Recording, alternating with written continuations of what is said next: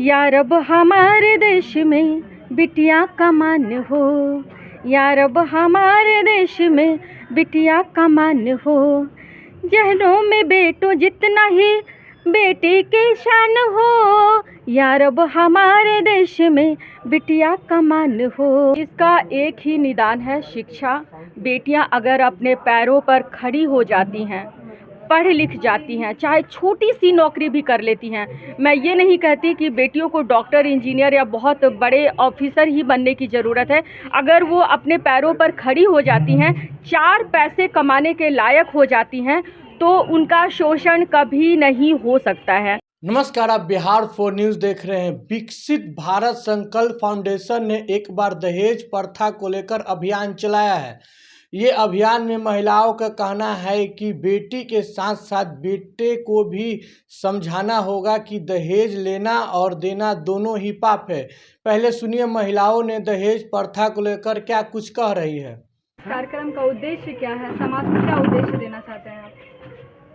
देखिए, दहेज को लेकर आज बहुत अच्छा कार्यक्रम रखा गया है। बेटियों की स्थिति समाज में इतनी अच्छी नहीं है।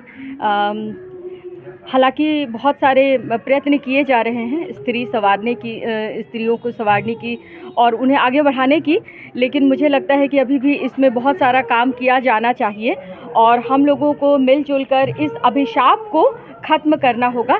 जैसा कि हमने कहा है अभी, चंद्रकला की छटा धरा पर थोड़ी तो मुस्काने दो, अभी ब्याहने की क्या जल्दी, थोड़ा लिख पढ़ जाने दो। तो बेटियों को लेकर जो आज मुहिम छेड़ा गया है वो बहुत सार्थक है और हम लोग समाज के जो परिष्कृत वर्ग के लोग हैं, जो पढ़े लिखे शिक्षित समाज है, उनको ज़रूर इस उद्देश्य को आगे बढ़ाना चाहिए और सभी को मिलकर इस पर काम करना चाहिए। तभी बेटियां जो है वो आगे बढ़ेंगी। और शिक्षा एक ऐसा हथियार है जिसके द्वारा जो है हम स्त्रियों की स्थिति में सुधार ला सकते हैं। अगर एक स्त्री शिक्षित होती है तो वो अपने घर परिवार, अपने पूरे समाज को शिक्षित करती है। इसलिए मुझे लगता है कि आज जितनी भी कुरीतियां हैं, उन सबों का अगर आप जड़ से ख़त्म करना चाहते हैं, उन सबों का निदान चाहते हैं पाना, तो आप सभी को सबसे पहले बेटियों को शिक्षित करना चाहिए। क्या सिर्फ कार्यक्रम से ये संभव है? अगर इस तरह के कार्यक्रम रेगुलर हो तो इससे इस तरह के कार्यक्रम देखिए होने चाहिए, क्योंकि इस तरह के कार्यक्रम में क्या होता है कि 100-200 लोग इकट्ठे होते हैं और तरह तरह की मानसिकता वाले लोग यहाँ पर बैठे रहते हैं। तो किस तरह से हम अपने समाज को बदल सकते हैं, हम ऐसे क्या कदम उठा सकते हैं कि स्त्रियों की स्थिति जो है वो और अच्छी की जा सके, इन सब बातों पर हम फोकस कर सकते हैं। अच्छा, एक नीतीश कुमार जी ने ये मुहिम छेड़ा था सबसे पहले बिहार में कि दहेज प्रथा जो है लेन देन वो बंद होगा। हाँ। आपको लगता है ये वाकई सक्सेसफुल रहा है बिहार में? देखिए, ये सक्सेसफुल, देखिए दहेज एक मानसिकता है, आप ये समझिए। दहेज जो लेन देन है, वो लेन देन तो प्राचीन काल से ही चला आ रहा है। पहले ऐसा होता था कि जो पिता होते थे वो अपनी बेटियों को कुछ देते थे उपहार स्वरूप, लेकिन अब वो उपहार बदल कर दहेज में हो गया है। अब जो है कि मोटी मोटी रकम मांगी जाती है।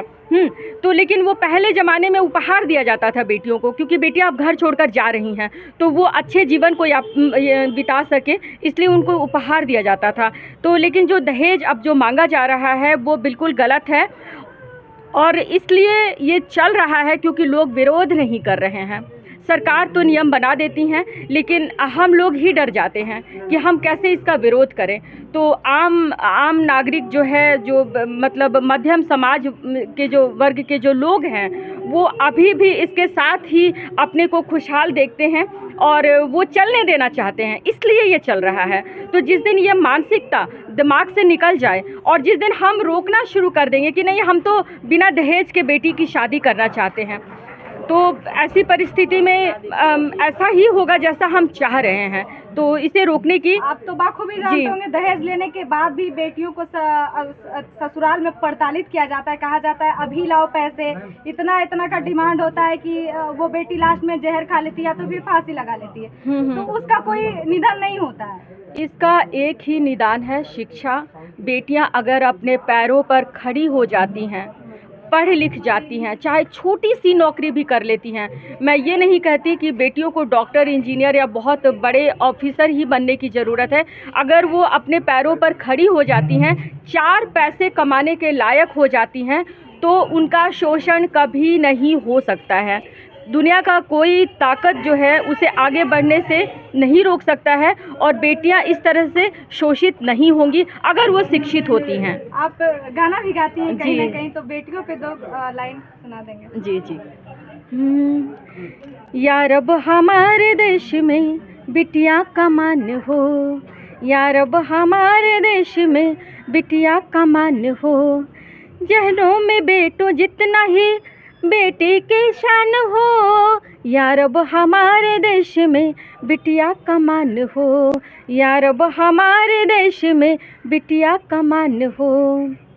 इज्जत बची रहे सभी बिटिया के मुल्क में, इज्जत बची रहे सभी बिटिया के मुल्क में, खेले न कोई खून की होली दहेज में, खेले न कोई खून की होली दहेज में, या रब हमारे देश में बिटिया का मान हो, या रब हमारे देश में बिटिया का मान हो।